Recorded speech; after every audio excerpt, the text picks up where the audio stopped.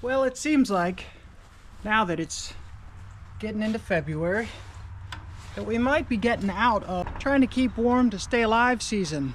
That means we're rapidly approaching the bugs will eat us alive season, but before we get stuck in the mud season. That's right, a couple of months of non-stop rain, and you could tell by the mud splatters on the garage that we've already had enough of that to stuck the van in the yard. I was stacking firewood.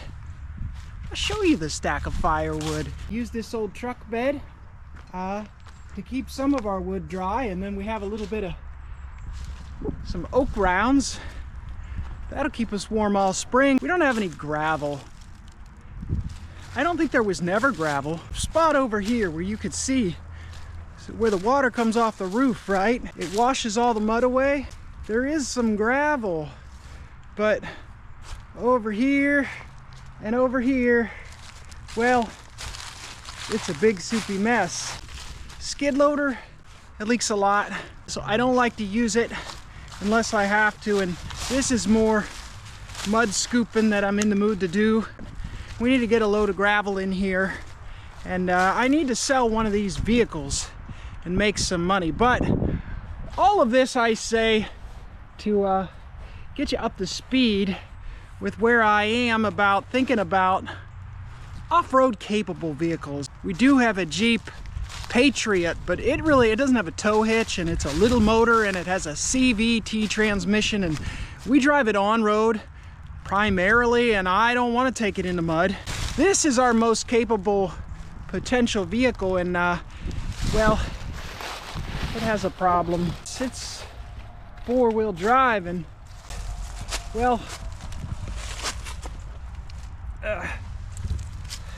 that's not even the worst part of it, but we relieved it of its powertrain, so that's not going anywhere. It's sitting under the tree with the other burned up pieces of garbage. The only other four-wheel drive vehicle on the property is sitting in the row of shame behind a swimming pool where you put the vehicles that you don't even want to look at, you don't want to see. Last year I spent a shameful amount of time getting that running. I mean, I put new head gaskets in it, checked the heads, extracted bolts from the manifold. I spent money, and I got it running well enough to tell that the engine block was in some way cracked, and it just spewed coolant everywhere. This Ranger came up on Marketplace with a bad transmission. This is a later model, I don't know, 87, 88 Ford truck, and it had a motor that's also built on the Cologne bolt pattern series. It's not the same motor. This is a 2.9 liter engine that we pulled out in the fall before it got too cold. 2.9 liter fuel injected engine, and it has a reman tag on it. And the really great thing about the engine is I got it complete in the truck. And the transmission was marginal at best. It rolled around, but you wouldn't have driven it on the street at all. But the engine ran continuously without overheating for more than a half an hour. Sounded good. Didn't leak much of anything. I think it's a winner. And it will bolt directly to the automatic transmission in our Bronco II. But the Bronco II does not have a computer because it was on fire. But the Bronco II has great low geared axles and 4-low. The front hubs are locking hubs. So, and we already own it. No more money will need to be invested in the procurement of said vehicle. So, even though I've got 100 other things going, I'm just interested in, can we make this a nice yard puller? The skid loader's too small. It doesn't have enough weight to pull the van out. Can we make this sucker work? Can we get that motor in? And the first thing we need to do is get it over over near the garage over to the shop where we can work, because pulling a motor is a lot to do. I want to get it under cover, and I have the shed where the engine's sitting. It's got a carburetor on it. I just now put this battery is charged. I don't know, it's pretty old. It says it's got a 4 of 18, so it's 6 or 7 years old. And yesterday I came out while it was nice, and I put enough air in all the tires that they should roll at least without damage on the rims. I got it to crank. I even got it to fire and run for just a moment, but the Ford solenoid dealio here, this Ford solenoid, it did the thing that it was doing last time, where sometimes it didn't work and sometimes it would stick in the on position, so it just kept cranking and cranking and cranking and cranking. And then this doesn't have a charging system or a cooling system or anything. I shut it down. Got this different battery in there. Now what I want to do is see if I can get it to run so I can pull it over there. That'd be a big move in a direction. I don't know if it'd be a good direction or a right direction. Part of me just wants to scrap this whole idea and go get a Jeep, but that'd cost money, and we're saving money. Man, for $4,000, I keep seeing like a 73 Charger, $4,000 or $4,500, and I can't save up that money if I keep spending money on garbage like this. All that said, I'm gonna set up a tripod, get this started, and pull it over to the garage. And if that sounds simple, well, let's just hope that it actually is. My little dead man jumper that goes to this doesn't work, but if we use a regular jumper cable and we just completely bypass it, clamp it on there pretty good. Come on. Come on, one-hand it. There you go. There you go. Get it on there good. It's going to be a lot of amps. And then we just completely bypass it. Let's see what happens.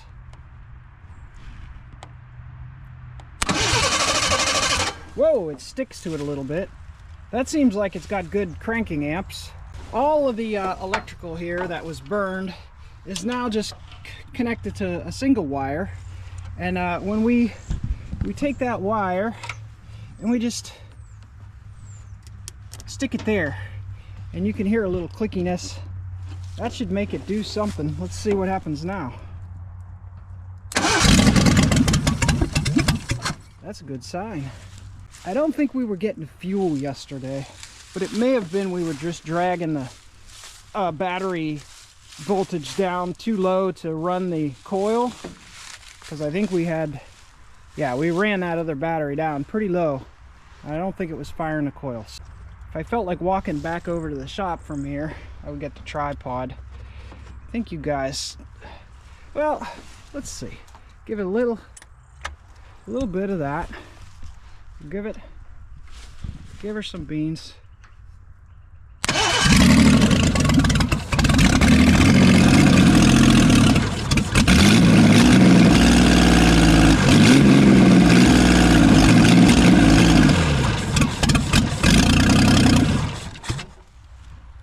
I mean, it's not too far from, boy, them open headers really are really rocking it. It smells like a lawnmower. Yeah, I don't think our fuel pump is bringing up fuel.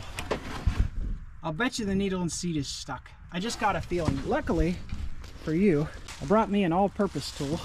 And what we're gonna do is we're gonna tap on it a little bit. See if we can free up the needle and seat. Get some fuel going up here.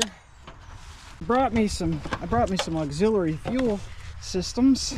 I thought this was still on a jug, but I guess somewhere near the end of what I was doing with it last time, I hooked it up to this goes to the fuel pump. But I don't know if that fuel pump's working. I don't know. Next thing I'm gonna do is loosen up that clamp and see if it works, but we're gonna give it one more try with the anything. I don't know. I mean, the good thing is we'll warm it up. It won't be so thirsty for a choke. All right, get my starting cable, and once again,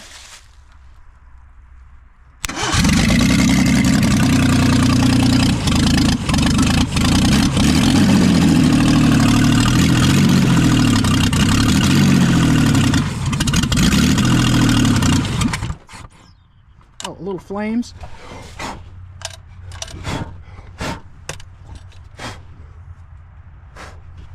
Okay, flames in the carburetor, not as good. Okay, you don't have to worry about this hole because that hole doesn't go anywhere. This one, the important one, is plugged. And this cardboard box seems to be holding up okay. We're gonna loosen this and see if the fuel pump is failing or if it's the needle and seat. One way or the other, we'll figure out why we're not getting fuel, and then we'll deal with it.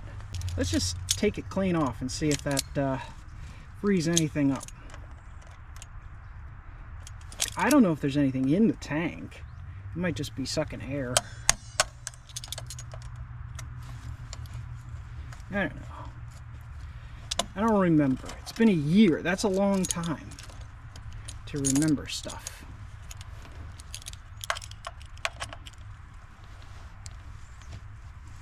See, I'm using all the best tools here. Okay, now open your eyes wide as you can and your mouth, so when this gasoline sprays everywhere, you're ready for it. Nothing. That's a bad sign. Well, let's see if anything happens if I just crank it for a moment. Let's just crank it for a moment, huh? Just for a moment.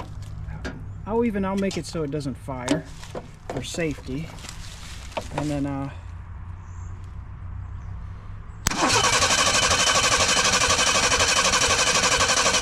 that's a big negative. Okay, no fuel pump. Hey, we know, the more you know. We're gonna head over to the shop, get an electric fuel pump, rig up some kind of auxiliary fuel canister, and then from the way it sounds, I think we'll be good to drive. It looks like I set up some kind of temporary thing, so we probably have some kind of pedal. And originally I just had like a wire sticking through the dash. It looks like maybe we have a pedal now, and we even had a safety return spring. I mean, that's competition grade right there. Yeah, and then this goes into four-wheel. I think we have to go easy on the transmission because I'm pretty sure I lost the kick-down linkage off of the transmission, so we don't want to burn up the transmission messing around before we might have to just wire that back. I think I'm going to wire that back so it stays in low a long time, since we're staying on the property, you know. I think that maybe is the best. We'll go better off to go higher pressure than lower pressure. You never want to run lower pressure on your transmission, or lower than you know is safe, or else that's when you burn up clutches unnecessarily. So you know, this is a really good unit. You know, it's in great shape. Although, honestly, the frame, there's no problems with the frame. This is all body rust and damage. And like I said, it's got the, I've said this before, but it's got the D7 axle code, which is like 410 or 411 four-wheel drive. So that's special. That's special. That's a puller, tugger, a mutter. Even if it isn't that great, it's not a looker, you know. I mean, how do you rot a hole through chrome? I didn't think that was possible. Well, that's why they put chrome on things. But ready to work. She's ready to work. So yeah, I forget what I was getting. What did I say I was getting? There's a lost fire. Just holding that patch of dirt. What that does is that keeps the weeds down when you got an old car sitting there like that. And then this is going to be a frame. Someday I'd love to make a rat rod. And this frame, we can cut this frame to any length we like. It's got a good leaf spring setup. I could flip it, make it a little bit lower. I really want to work on that 300Z. I got too many projects. That white truck back there, I don't even remember what it's doing back there. And the Studebaker, that ain't mine. Maybe we'll work on that someday. We're about out of daylight, but I have my auxiliary fuel tank piped to a facet pump, electrical facet pump. I've got a filter. I've got a filter before the pump so we don't clog the pump up. And then I've got the filter that was already there from last time. I didn't like the look of the fuel, so I'm gonna run it just enough to flush. It's sitting a year. You can see what comes. There it goes. See if we can get anything coming through here. Come on. You know you want to. There, it's starting to pump liquid now. Should come up through the filter any second now. There it goes. Well, that doesn't look too bad. Alright, and you can see it's sucking pretty good out of that. Alright, I'm gonna have to make some kind of didn't expect to see that. I pretty much suspect the reason the carburetor wasn't getting fuel is because the pump wasn't working. It didn't seem to be working, although there was some fuel in it. So maybe the tank has gone dry, or maybe some of the lines have holes in them back to the tank. It doesn't matter. We're going to use an auxiliary fuel tank. I'll bring it back when it's ready to go, and you'll get to celebrate. Yay! Kim got the thing running again after a year. I did get the Bronco out. Oh, you guys maybe didn't know this, but I got the Bronco out of its little spot. Yeah, oh, that tire went flat again. That one goes flat fast. These other ones stay up. Yeah, even the battery has that crystallized stuff. And yeah, it ran. I drove it up here by its own power. You don't want to drink that. What is it? Gasoline? No, it's piss. It's gasoline. Head on up to the Bronco II. Okay, can you put that in here? This here? Oh, this is the gas tank, but it's all evaporated. It was full. I think it evaporated while it was sitting out here for, it's been like a week since we've been out here trying to, I got it running, and then it rained for like 3 days straight. There's all kind of flooding. And then I guess it evaporated all the gas out of there. It isn't so good. It might have been from the rain. No, it smells like gas real bad. Oh, this smells like gas. There's a primer right there. Okay. Doesn't need a lot of prime. Like that? On a running vehicle. It runs beautiful. It's good. It's good. The first thing we got to do is we got to hook up the